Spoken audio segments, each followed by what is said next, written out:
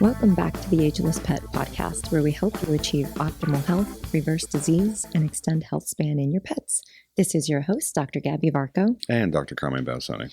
And on today's episode, we're going to talk about multimodal approach to chronic pain in dogs and cats. Woo-hoo. Yeah, we talked about pain and how to identify it in our previous episode, which is very important, especially because September is Pain Awareness Month in people and animals. So what is a multimodal approach? It's using medications and non-pharmacologic interventions that help us reduce pain in different areas of the pain pathway. So this way we can use different things and try to get the lowest effective dose of medications to get reduced adverse effects. Yeah, it's kind of like anesthesia nowadays. It's not as if one drug does all the heavy lifting. It's using small doses of multiple drugs to achieve what we want. So we minimize the side effect of each one, but yet get the effect that we need and less side effects. So, yeah. Yeah, so...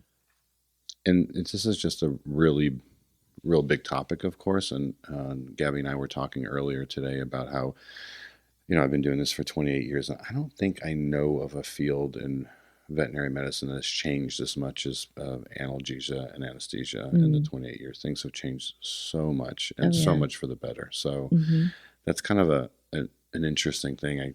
I always feel like I'm behind on, the pain management stuff because there's something that always comes out. So much to know. Always comes out. But today we're going to focus on some of the high impact, well-researched methods to control pain in our pets. So, there's so much to go over. And you could talk about each one of these things forever, but we're going to just focus on some of the easy things that you can do, like you and your vet can do at home that don't take a lot of effort on your part. Obviously, in my job and in Gabby's job, we focus a lot on our physical therapy, our acupuncture, chiropractic, laser. Those are for another episode or episodes. Today, we're just going to really focus on, like I said, the medications, the supplements that you can do. You and your vet can talk about creating a good multimodal approach to pain management. So there was a pretty good paper that AAHA published, American Animal Hospital Association, in 2022. It's Pain Management Guidelines for Dogs and Cats. And you can find that online. It's, I don't know how many pages it is, like 60 or something. It's quite a bit of pages. Not as big as the Wasava one, but it's got quite a bit. But we're going to focus on the big ones. And so it's basically a practical and logical approach to the assessment of pain for acute and chronic pain in your patients. But we're, again, going to focus on chronic because the acute thing, like after surgery or a bite wound or whatever, you and your vet are going to hit that hard, do that good. But it's more the chronic thing that we're looking at right now. Yeah, there's a lot to go over. So like Dr. B said, we're just going to kind of hit on the things that maybe you're familiar with, that you have at home or have been prescribed for your pet or yourself. Or yourself, exactly. Because there's a lot of overlap there. So I think the biggest one that everybody's familiar with are nonsteroidal anti-inflammatory drugs such as your carprofen and your meloxicam. They're the most popular. They're also the most studied. There's a lot of research on them and their safety and efficacy. So, they inhibit COX pathways. They offer pain relief and reduce inflammation. A lot of people look at these and think that they're just for inflammation, but they also help with pain. And they've been used for decades. The thing is, they do come with side effects, and not all side effects are obvious, right? So gastrointestinal ulceration and upset. So if your dog or cat, because we do use these in cats as well, stops eating, gets diarrheas, vomiting, certainly something to stop and talk to your veterinarian about and make sure that they're not acting lethargic or ill, because it can also affect internal organ function like your liver and kidneys. And there is some evidence out there to suggest that it can impair or affect bone healing and cartilage as well. Right, yeah. It's I think the thing that we always think about with ourselves and humans is the GI side effects, right? We're always looking at the possibility of gastric ulcerations and whatnot. So if your dog stops eating or has vomiting, diarrhea, or has really dark stools, or just acting not himself, or inappetent, just kind of laying around, then we need to stop that and see. And ideally, you should be checking organ function before starting these medications as a chronic thing. If it's a, few day thing, maybe not such a big deal, but we're Mm-hmm. talking about using it chronically. We should be checking liver function and kidney function and making sure that's okay. Having said all that, though, again, these have been around for decades, and while they do come with a risk, I think the side effects are still very few, Mm-hmm. so I think that's really important. Yeah, studies of long-term use of nonsteroidals in dogs don't show an increased organ-based toxicity, but they do show a trend towards increased efficacy, which, a lot of times, especially in these chronic patients, we need to have them on it for a month Right, and longer to right. really get the effects. People will use them for 7 to 10 days and be like, I don't know. And it's like, well, let's keep going a little more. They're tolerating it well. It's appropriate to use in their case. Let's keep going. Yeah, I keep going with it. Yeah, that was an interesting thing that, that if you're using it for 30 days or 100 days, it's not like your organ function is going to be more negatively impacted, so, Mm. but it can get more effective. And for cats, the interesting thing is there is nothing for cats that is approved in the United States for long-term use. Having said that, um, there are certain drugs, certain of these NSAIDs that have been approved and used in Europe, United Kingdom, for chronic pain, NOA, osteoarthritis, etc. Um, and there have been some large studies demonstrating that it is safe in older cats, even with those who have chronic kidney disease. So, um, I'm reading something here. It says a recent review emphasized the fears over the long-term use of NSAIDs in cats, including those with chronic disease, are not fully justified. So I think that's a really interesting Mm-hmm. statement. That's in the AHA paper I just read out of, and there's also a consensus statement that Yeah. put out by a group of feline practitioners that we obviously need to do more research, but I think that's a discussion you should be able to have with your vet if your cat is experiencing some chronic osteoarthritic pain that maybe NSAIDs are not a bad option, but Yeah. it's a discussion to have. And again, it is being used in other countries. So think about it. Yeah. And along those lines, there's grapiprant, which has been approved for managing chronic pain in dogs, really associated with osteoarthritis. It's the first piprant NSAID, and it blocks the very specific receptor EP4 Mm-hmm. for arthritis pain. So that is supposed to be safer than something Right. like your carprofen or your meloxicam. And some of these dogs that can't take it or don't tolerate it are put on gabapentin. Yeah, very, very specific for OA pain because that EP4 receptor is on the bone. And so it's not used for general pain. It's not used for soft tissue pain. It's not really used for dental pain. It's very specific for osteoarthritic pain. And if your dog if your dog happens to be one of those dogs that has a sensitive GI system or has some liver or kidney issues, maybe that would be the one to reach for. Or if you're just worried about side effects, this does have less side effects, even though GI side effects are still a thing Yeah. with this particular drug. Yeah. The newer thing, so we've covered the kind of the NSAID thing, and Galliprant falls in the NSAID, even though it works differently. Is these they're new for us in the United States. I don't know how long they've been out in Europe. I don't know. Do you know how long they've been out?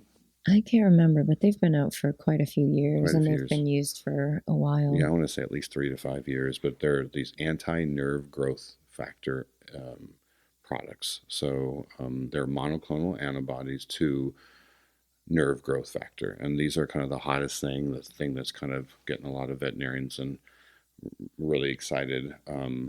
They're once monthly injections, and they're for dogs and for cats. So they have one product for dogs, one product for cats that I'm aware of at this moment. I think there's only one, but they're pretty powerful. There's definitely some research that shows that it could be very effective. So I'm kind of excited about this product, but I'm never one of these people who are super early adopters Same. of anything because I've over these years I've been burned before from being an early adopter. So I do use it. A little bit more selective, I think, than Oh yeah. I think we both are, right? Mm-hmm. But it can be amazing.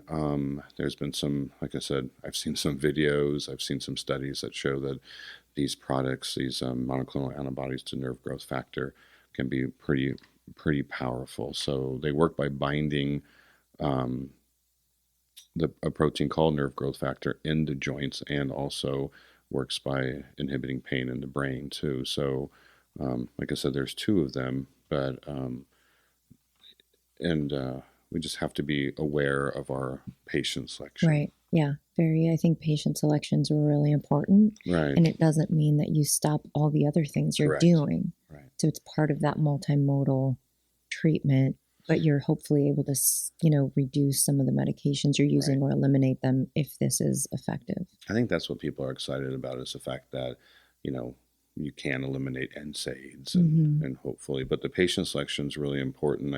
I do know that there are some neurologists that are not wanting to use it for neurologic issues at this time. I think that's probably prudent given the fact that it's a nerve growth factor inhibitor, Mm-hmm. and cancer, immune diseases, or kidney disease. I think those are three factors that or several factors, that's four, that we have to pay attention to: cancer, immune disease, kidney problems, and neurologic issues. But for your average dog with osteoarthritic pain, I think it's Mm-hmm. something to really consider, or your cat, I should say. Right. Right. Right, there are some odd side effects, Yeah. right?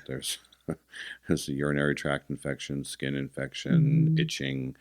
Don't know how to explain that exactly, but they are there, and it's something that we have to just look at and be aware of. But um, the companies that make these have not shown any huge side effects that we have to be Yeah. super worried about. Yeah. The next group is amantadine, which is the counterpart to ketamine. Everybody's heard about ketamine. Mm-hmm. Amantidine's the oral one, and it's actually an antiviral medication. It's Right. a NMDA antagonist, and it's been used in dogs and cats to treat pain, especially chronic pain such as osteoarthritis. It is off label. Most of what we're talking about moving forward is going to be off label, extra label Right. use because it's made for humans and then we use them for dogs and cats. Right. Right. Yeah. Ketamine obviously is an injectable drug, Mm-hmm. so some of your veterinarian may want to use this once a week or Mm-hmm. to see if it happens. But the oral form of it, it's again those MDNA receptors as amantadine. Really more useful, it seems like, for this really. I mean, wouldn't be a first line at all. No, and you want to use it with other things. Right. So we'd want to use it if the dog's on a nonsteroidal and they're just not doing okay, adding in that amantadine. It's going to take a few weeks to really see clinical improvement. Yeah. And we have to worry about side effects such as loose stool, GI upset, agitation, which I think is really interesting. I've only had one client report that their dog became more agitated, but they felt that their dog was doing better. And they mentioned that their dog was kind of always a little bit of an Eeyore and a grumpy dog anyway. So she wasn't too concerned. And then the agitation resolved eventually. So that was the only time I've ever had anybody report that. Yeah, that's again, I personally have not used a ton of amantadine. I use it occasionally, but I have not used a ton of that. Another one that's commonly used right now, I should say it's in favor. It's kind of funny thing to say that about medicine, but things do fall in and out of favor, is gabapentin, right? Yeah. Or pregabalin.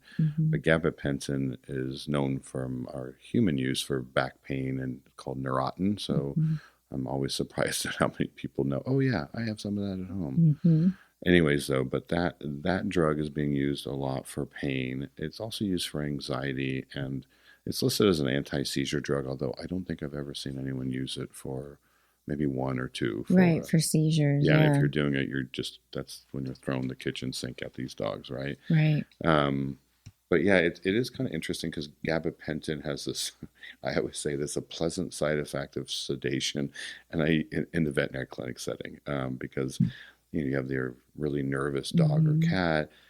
Some of them are so nervous that you can't even touch them, which is very, very sad. But with gabapentin as one of the drugs on board Mm-hmm. for these dogs before they come in, given like usually the night before, the day of the appointment, usually it gets a whole lot better. You Yeah. know, not for all of them. For those ones that have those fear assessment scores of like fives, or I mean fours, fives, went off the chart there, 11. Then those you might not be able to do. But gabapentin is one, and I'm interested because we Gabby and I were talking about it's kind of the new tramadol, It is. right? So I don't know how many years ago, but tramadol fell out of favor. Yeah, there's been some studies that have come out just saying that, hey guys, maybe it's not as effective as we thought, at Right, least in dogs, right? right, Because they don't metabolize it the way humans and cats even do. right, So it just isn't as effective as part as the opioid right. aspect of it. It does work by other mechanisms, but still not really strong evidence to support its use. But we'll see. As I was saying, that anesthesia analgesia has changed so much. I wouldn't Mm-hmm. be surprised if gabapentin falls out of favor in a few years. But Mm-hmm. right now, it's in favor. I don't know. I kind of see mixed results in it. You know, Mm-hmm. obviously, I don't use it as a first line, right? Right. Again, have to use it with something Right. You else. have to. And sometimes I have dogs who come in who are just on gabapentin. I'm like, really? But you would usually be using it with either one of these nerve growth factor monoclonal antibodies, or you're going to be using it with an NSAID. Mm-hmm. So I think it can be effective in those uses, and I think you need to use it at appropriate doses. Mm-hmm. But I think it'll be interesting to see where this comes in the next 5 years and see Yeah. if it's being used more. Because still the pathway of how it's used, I mean, It's not fully we don't understood. understand how Yeah. it works. Yeah. So, And the drowsiness is the big side right, effect that people really don't like. So right, we're sometimes we lean a little bit more towards pregabalin yeah, because it's, twice a day dosing instead of 3 times a day, like the gabapentin, and they're less sleepy. yeah. I mean, I've had some dogs who are just made a big difference, Yeah. but Yeah. a lot of them are like, I'm not sure if it's helping, but Mm-hmm. it's definitely part of the multimodal approach for sure. Yeah, absolutely. And we, just touched on tramadol, Hmm. something that some practitioners also will use in dogs only, never in cats, is acetaminophen or Oh Tylenol. yeah, yeah, Yeah, it's a good never in one. cats. It's fatal if you Hmm. give it to a cat. But acetaminophen can be useful for like breakthrough pain or part of a multimodal approach. Right, Obviously, making sure liver functions okay and then using it short term. But there's, some benefit there, not as much as NSAID studies have shown, but can be beneficial. right. And some will also use the acetaminophen and codeine Yeah, combination. yeah. I see that. I see that mainly at specialty hospitals, Hmm. but not nearly as much in general practice. But And more so with the acute. right, Yeah. more so with the acute, I think, because of the potential liver issues, right?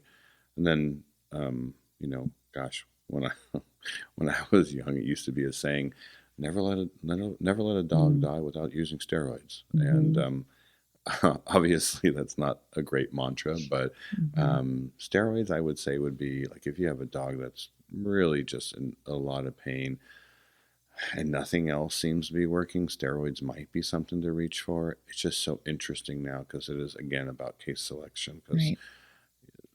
there are so many other drugs and combinations that we can use Mm-hmm. nowadays. But steroids are still in the toolkit, Yep, if they're you on the will. table when needed. Yeah. Yeah, for sure. So there's other drugs too, right? What we were talking about earlier. Oh, tricyclic anti. Mm-hmm. Yeah, like you have your Amitriptyline. amitriptyline, and there's just so many drugs and so many things that people are starting to use again off label.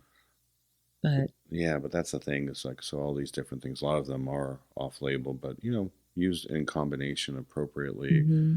these drugs are working on different mechanism of actions can be super effective. So, yeah, I think there's so many different things out there. So we got to look at that. Yeah, so I think that's kind of like the main The main drugs, right? medications. Yeah, the pharmaceutical Right. component, and then we get into some of these supplements now.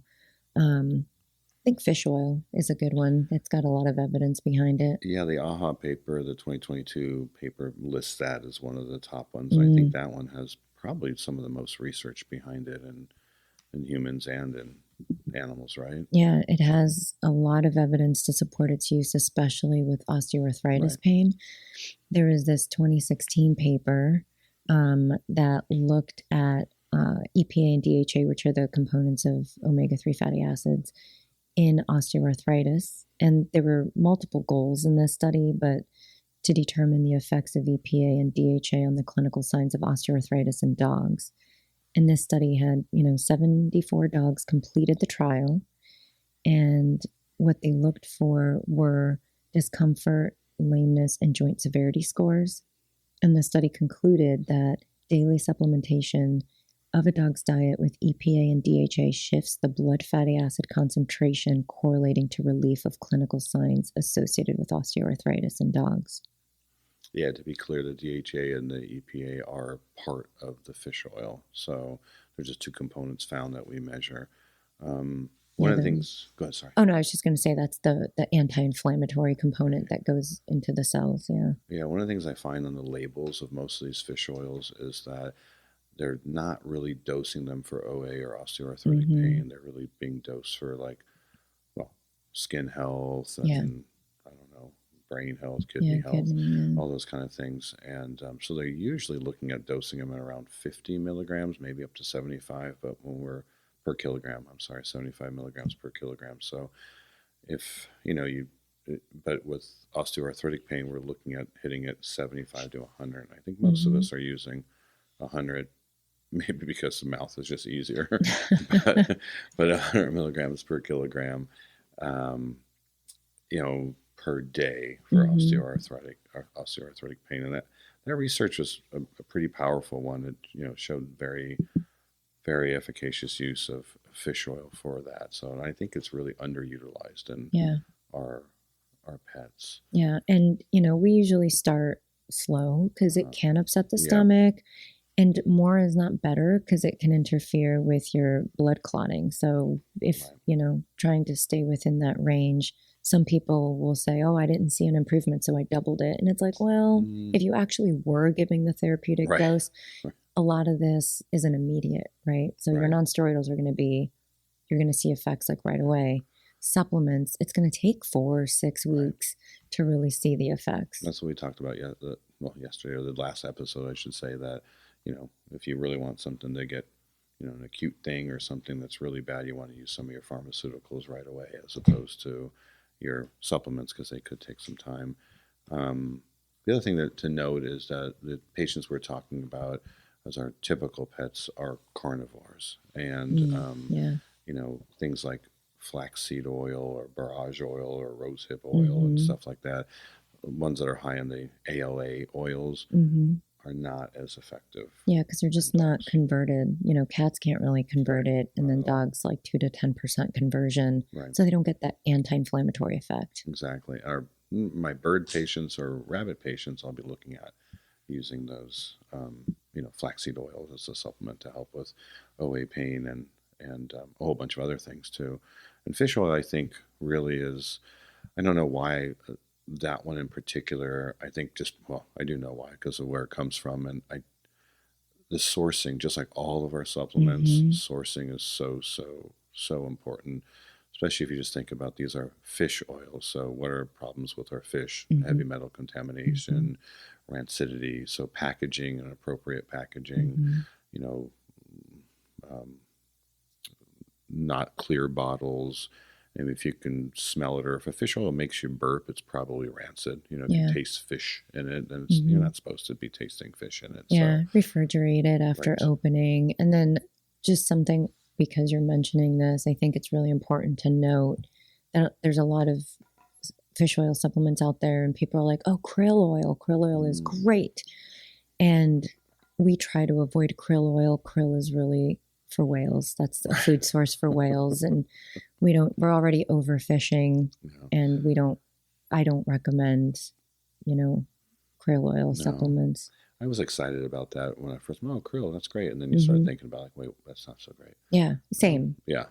And then, I don't know much about, I'm also excited about the algae-based products. I just don't know if there's a lot of research on those yet. There's some. I think most of the research and the improvement seen has been on the fish. Right. Yeah.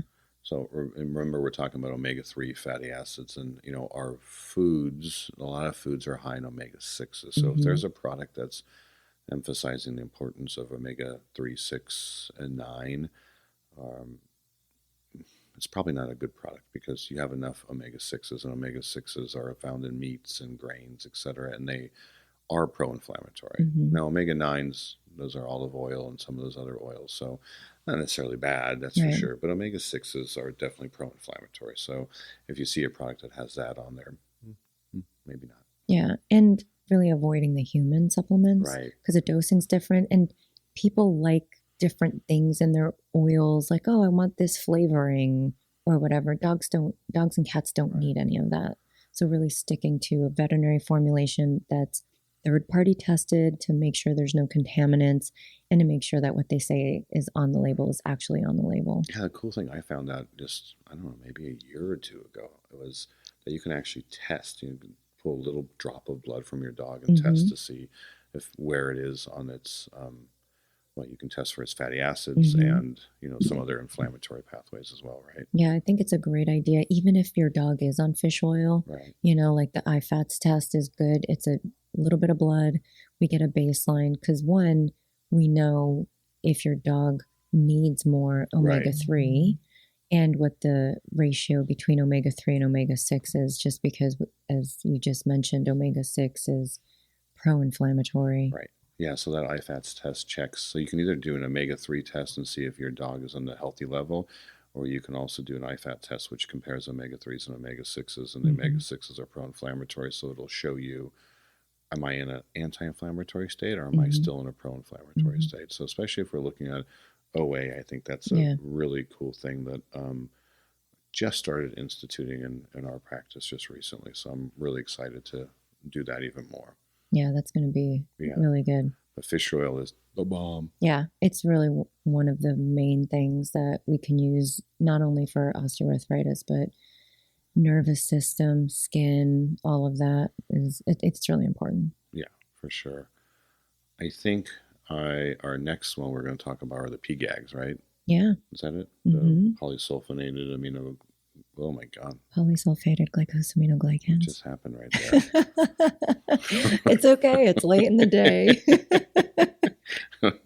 Anyway, so those are injections. So, back in the day, we're talking, I still think this is another underutilized one. I use it Absolutely. all the time. It was things Hmm. like water for me. I love it. But I don't think a lot of veterinarians look for it as much. But maybe it's because when they were first released, they were for intramuscular injections, and they're still labeled for Right. intramuscular injections. Hmm. And so, and you have to give an injection. So some Right. people don't like to give an injection to their dog or their cat. Hmm. And by the way, fish oil can be given to your cat as Right. well, Yes. and so can the PGAGs. I'm just going to say PGAGs because That apparently my works. tongue does Yep. not work right now. You're So, good. um, but usually they're given at um, twice a week for 4 weeks to see what kind of an effect we Hmm. get on those guys. And there had been several research uh, papers that are published on this one, but there was significant improvement in orthopedic scores compared to the placebo group in these dogs who were receiving the PGAG. So lameness improved, range of motion improved, pain on manipulation of the hip joint in this particular study Hmm. showed improvement as well. Yeah. So, And then some people do go off label even more than giving it under the skin, oh and yeah, they do like a maintenance. So there's a lot of people that will do that. So some veterinarians will say, okay, we'll do that therapeutic regimen. Sometimes they call it the loading dose. It's just a therapeutic regimen. And then, hey, let's just keep going with it. right, And I know a lot of veterinarians that do that. right. I do too. I don't know how effective it is at a once a month dose or once every. If you look online, there's several people who will be using it once a week, once every Hmm. 2 weeks, once every 3 weeks, once every 4 weeks. So Hmm. when you start seeing that, I think we're playing around. We don't really know if it's going to work, but it doesn't hurt. It might hurt your pocketbook a little Right. bit, but subcutaneous or under the skin injections, I would say the vast majority of my patients are doing that at home. Yeah. Maybe when the dog is eating, giving them a little Hmm. shot or something, or the cat's eating, giving them a little shot. Hmm. But those are really, um, I've had so many people even dogs who are on a really high quality NSAID, and they were really frustrated. Dog wasn't getting better. The first thing I would add in addition to fish oil would be the PGAGs. And Yeah. huge, huge Hmm. beneficial effects with those, and dogs seem to be acting like they were a lot younger and more mobile, Hmm. etc. So, a big fan of those. Yeah, Yeah. same. Yeah, I very much like it. Homeopathy. Oh, we're gonna hit We're homeopathy going right to now. hit homeopathy. Oh, okay. So, a lot of people have heard of arnica. That's I've heard of that. homeopathic. Yep. There was a study in 2011 that looked at the effectiveness of homeopathic preparation Zeal Right. compared with carprofen in dogs with osteoarthritis. What year did you say that was? 2011. Okay, I remember this paper actually. Yeah, and they used this preparation, and they also used carprofens, different groups. It was a multi-center prospective observational open label cohort study in 12 German veterinary clinics. They use this a lot in Europe, Hmm. and they treated these dogs for 56 days, looking at lameness, stiffness, and pain on palpation. And the clinical signs of osteoarthritis improved significantly at all time points. They looked at the first day, the 28th day, and then finally the 56th day with both therapies. And at the end of the treatment period, they said effectiveness was comparable in both groups. Yeah, I think that's really cool. I remember when I read that study. That was quite some time ago, and I was blown away. Now I use Zeal all the time. Zeal is made by a. I mean, this is probably the only product we're actually mentioning by name Right, because there's no true. other way to Right. mention it. But it's made by a company called Heal, and they make other products like Traumeel. There's now in the United States a company called Medi Naturals Mm-hmm. making tea relief, arthritis and tea relief. Um, I guess I'm not sure if it's pain or soft tissue or whatever, but um, they're mixed homeopathic products. So your typical homeopathic product over, like Dr. Varco mentioned, like arnica or something like Mm-hmm. that, is going to be a stronger formulation, a stronger one thing, but one unit or one ingredient. But these might have like 10 different ingredients. It might have aconitum and arnica and calendula. So it has a bunch of different ingredients. But the fact that it was comparable to, in this particular case, carprofen is Mm-hmm. pretty impressive. Yeah. I don't know if I can say it's exactly the same, but in my hands, I will reach for it if I can first before using something else. Yeah, and I like that we have evidence. And I think there was a follow up paper too on Zeal. So we do have Right. some evidence. And if you go to Europe Oh yeah, and you go to, any of the little pharmacies that they have a all over. lot. I mean, they have a Same lot with of, South America. oh, yeah. They're all over there. Yeah. And there's just so many like natural remedies. Hmm. And that's like all over their shelves. Like Yeah. when I went to Italy, I was looking for the Nux Vomica and the Right, Traumeel right. and Zeal and the Arnica from Heal Right. because you're like, oh, this is the good Did you stuff. find it over there? I did. Oh, you did. I did. Oh, cool. Yeah, that's really neat. I love that. I love that product. Another product that has mixed results, but is probably the most common one Hmm. used is glucosamine. So Yeah. I think that's probably so. The research on that in both humans and in animals has always been mixed. Yeah. And I say always, I mean, I've probably been looking into this for like 15 plus, maybe 20 years, and very mixed results. Some papers show yes, some papers show it doesn't do anything. Hmm. Um, I think it's probably good to use in early stages because some people swear by it, but Hmm. it's always hard to know when you see these papers that are like, Yeah. meh. I'm not really sure if that's all that great. So Right. I think a lot of these companies are now mixing their glucosamine Right. with, Other things that have yeah, been shown just to get that exactly. added benefit. So it's not just the glucosamine, it's not just the chondroitin Right, or the MSM. right, It's a combination of all these different things, and right. then we're getting And now you're improvement. seeing Yeah. them with UC2, which is Hmm. undenatured collagen extract, and then you're Hmm. seeing with boswellia and Hmm. curcumin and eggshell membrane. Yeah. And I think that's where the power starts getting involved. But I'm not a big, huge proponent of glucosamine. I will use it sometimes in early cases, Yeah. but I think because the research has been sort of, Yeah. it's always hard to know. I mean, there's a new product I'm using, and I'm liking its results right now, but we'll see Yeah. as time goes And on. like you said, early is key, Early, right? Because exactly. we know that it's not going to protect the cartilage. You're better off doing things with more evidence, such Right. as weight management, which we Oh talk about gosh, a lot, omegas and other things. But when you have an end stage joint, where it's a lot of bone on bone, not really any Hmm. cartilage in that joint, some of these things just aren't going to help. No, once it gets to that point, I think that's why with multimodal pain management, you start with something. Maybe Mm-hmm. you start with fish oil and a pea gag. Maybe you start with zeal, and then Mm-hmm. maybe that doesn't work in a year, and then you add something else, and then you add something else, and eventually you're looking at doing other things like chiropractic, acupuncture, joint injections, laser therapy, shockwave, Yeah. etc. But that's what multimodal approach is so fun because you can actually add things to it, subtract things, Right. and make it a big difference. So, Yeah. um, I but mean, yeah, there's just so many things out there that we use. I know. I think one of the ones we have to talk about. I know we try to keep these podcasts around 30 minutes. I know we're already over. Gabby's been showing me 35 minutes. Okay, all right.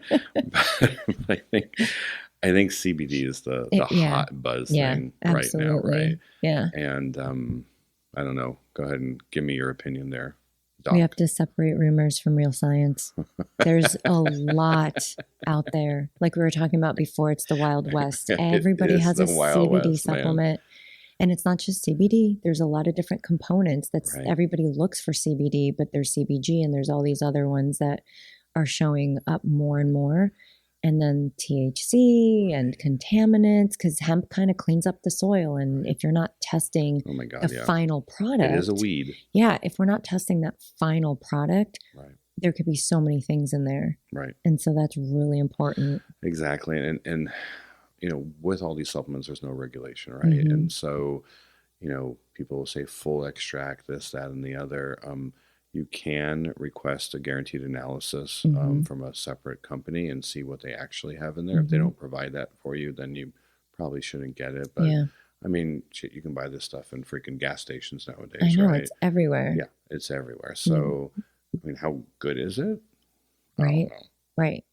So um, I'm excited about it mainly because Mm-hmm. when I was in vet school, there was no such thing as the endocannabinoid system. Apparently, Right. it just developed, but Apparently.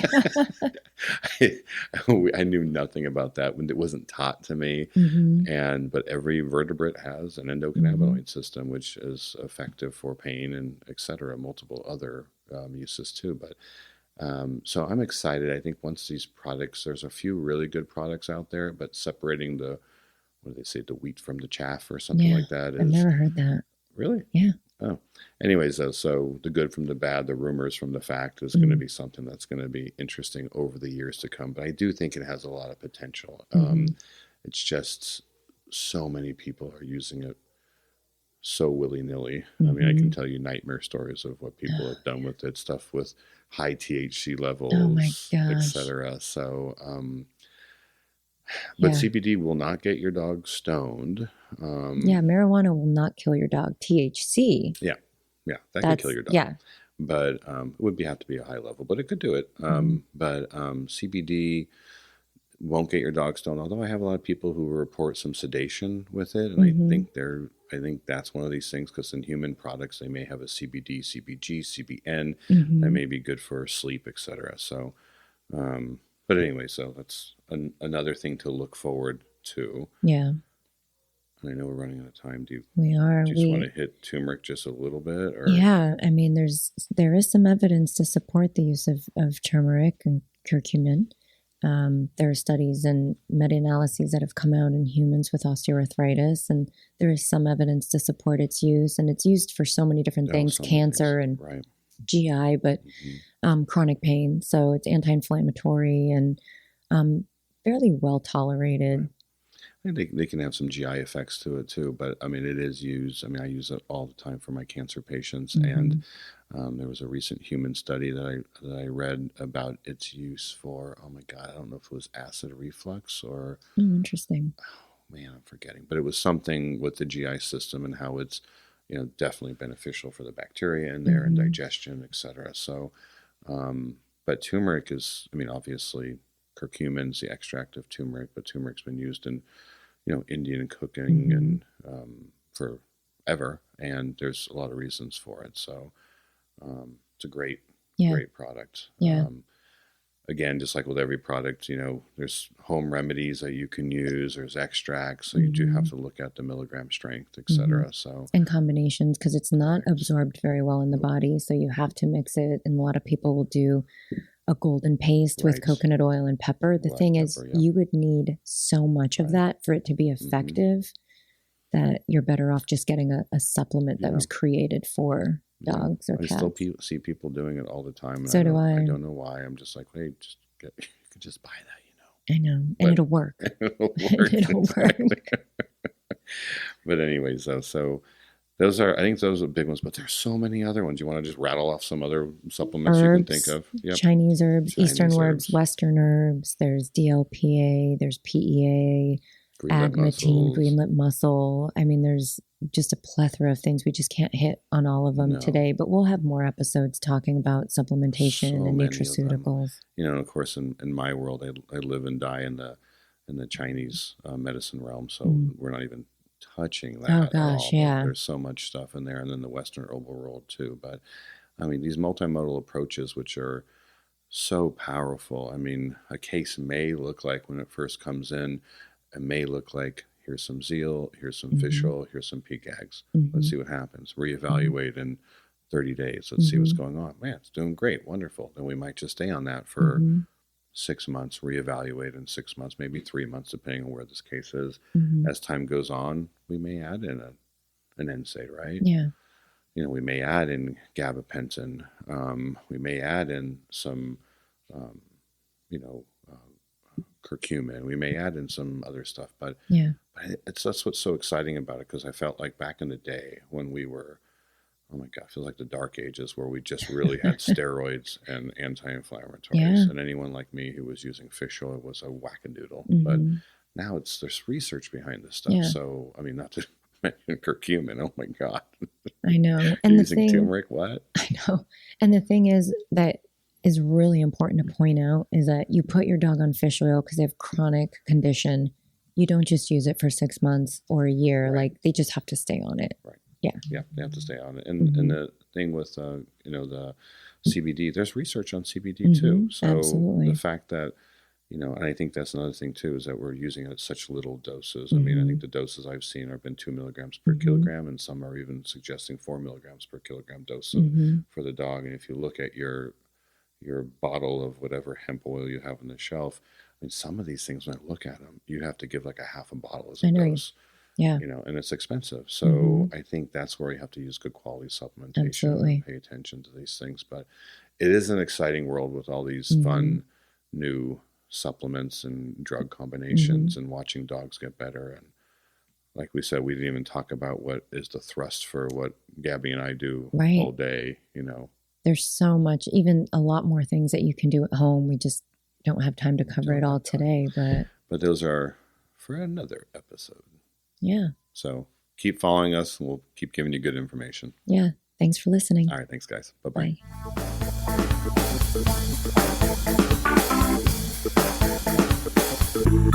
Bye.